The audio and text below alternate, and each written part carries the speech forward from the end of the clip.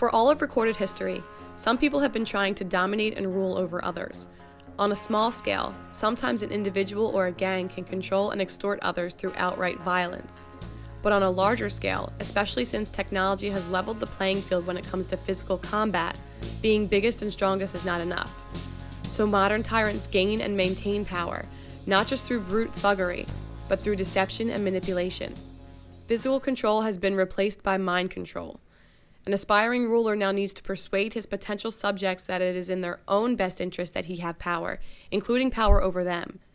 The tyrant must convince his victims that their own subjugation is necessary, moral, and legitimate. Government, whether in the form of a dictator, a parliament, a congress, or some other arrangement, is the group of people thought to have the right to rule. In other words, thought to have authority over a certain area. What governments do is issue commands, which they call laws, using force to punish any who disobey. Despite the modern rhetoric and euphemisms, government always means a ruling class. Those in power command, and everyone else either obeys or is punished. But to get people to tolerate such an arrangement, to get the common man to accept what is essentially a master-slave relationship, those who crave dominion have to find ways to get their subjects to condone their own subservience and enslavement. First and foremost, a modern tyrant must create an air of legitimacy around his regime, must convince his subjects that he is a rightful and legitimate authority. At one time, kings insisted that God himself had directly granted them the right to rule. Today, most people scoff at such a claim, while still accepting the more modern excuses for authoritarian domination, which are a lot more involved and complicated, but no more reasonable or rational. Humanity has evolved past the superstition of the divine right of kings, but has yet to evolve past the superstition of the divine right of politicians. Tyrants today have to work harder to deceive the people into accepting the status of obedient subjects, but they still manage to do so most of the time, using a few basic methods of deception, manipulation, and propaganda. In many countries, including the United States, Soviet Russia, and Communist China, ruling classes have claimed the right to dominate the people based upon constitutions and elections. Even under the most vicious tyrannies, those in power always label their actions as legal and claim to be representing and serving the very people they extort and oppress. As much as people have been taught to revere democracy and associate it with freedom and justice, democratically elected governments have committed more murder than any other institution in the history of the world.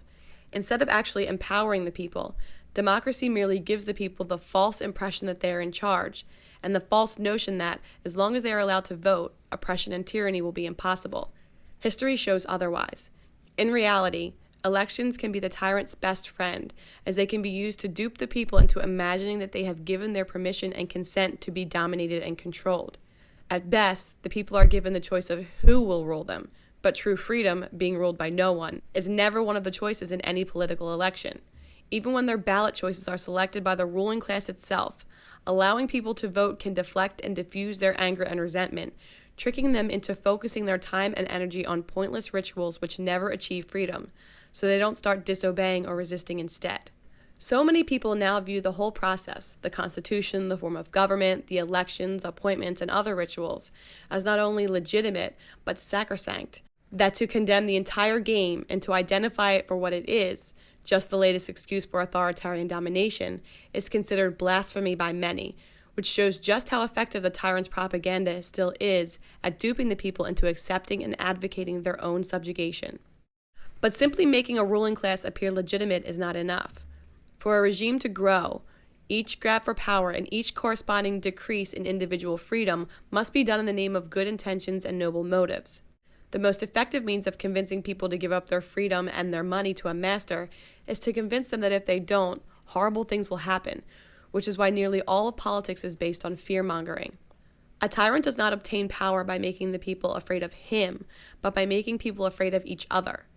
Even the most vicious tyrannies grew by railing against other threats and injustices, whether real or imagined, and by convincing the people that only by giving government huge amounts of money and power could imminent catastrophe be avoided.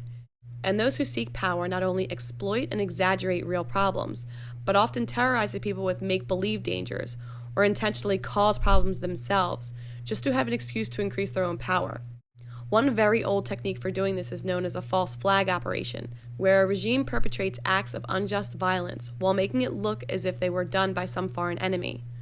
Once the hatred and fear of the people has been stirred up, they almost always eagerly support the authoritarian agenda of those in power.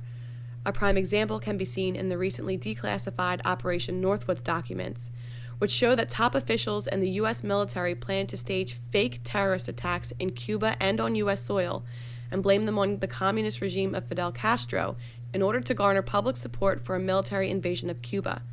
The basic tactic is not new and has been effectively used for centuries by the authoritarian empires all over the world, and it would be extremely naive to think that such tactics are not still being used today. And there are many other methods governments can use to create a problem and then use that problem as an excuse to demand more money and power for itself in the name of fighting against the very problem it created in the first place. This can be done by engineering an economic collapse, by causing poverty to justify the creation of a welfare state, by creating black markets which lead to increased crime to justify a militarization of the police force, by fueling racial or religious conflicts, and so on. Whatever those in power can do to train the people to be scared of the idea of not having a powerful government around will almost always result in the people welcoming or even demanding violations of their own rights and liberties.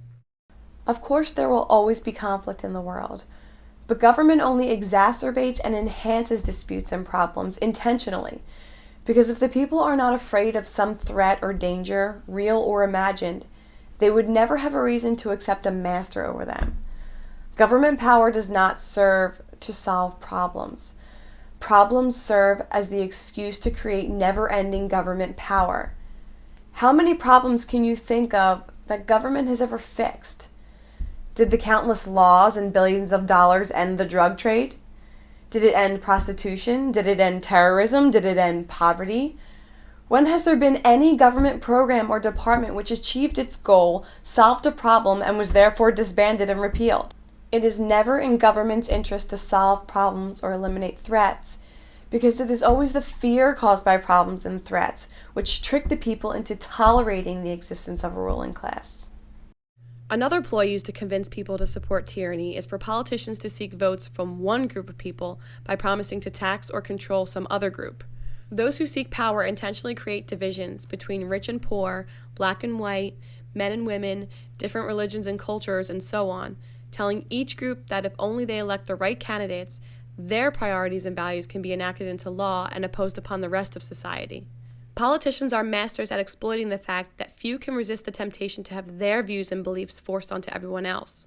On every possible disagreement or difference in opinion, politicians will offer to use the force of government to legalize one viewpoint and outlaw another.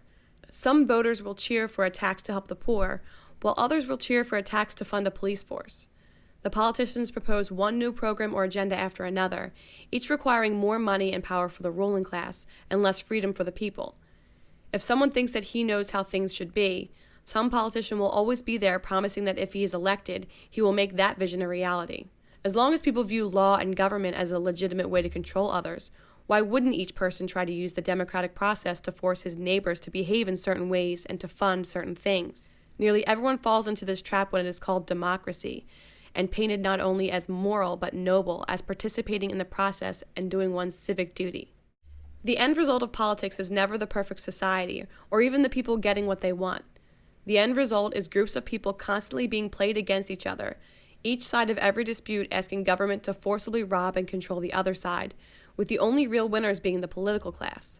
Over and over again, the people have ended up enthusiastically advocating their own enslavement, simply because it is so tempting for each person to believe that the world would be what it should be if only authoritarian power was used to serve what he wants and what he believes in. As long as the battle is over whose ideas should be forced on everyone else, freedom and justice always suffer.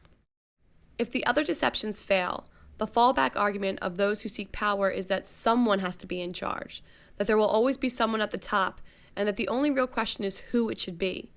When the people accept this lie and assume that government is just an unavoidable fact of life, they will always end up legitimizing a system of domination by petitioning and voting instead of actually trying to achieve freedom or even knowing what real freedom would look like.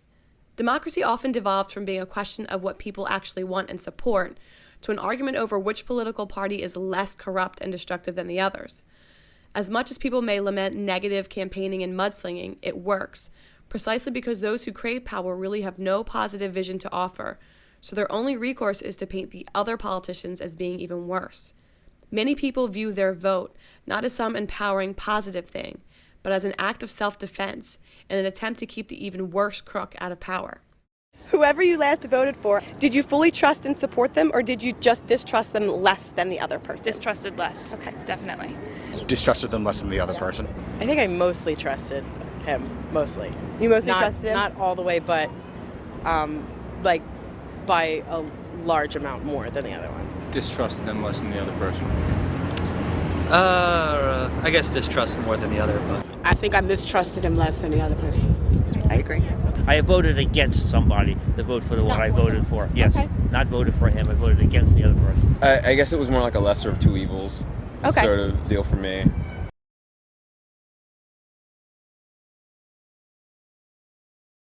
Now for the difficult question. Have any of these methods of manipulation and deception worked on you? Have you accepted the idea that constitutions, elections, and other political rituals gave someone else the right to rule you? Do you view violent aggression as legitimate and righteous when it's called law enforcement? Do you feel a moral obligation to obey whatever commands those in power decide to enact as law?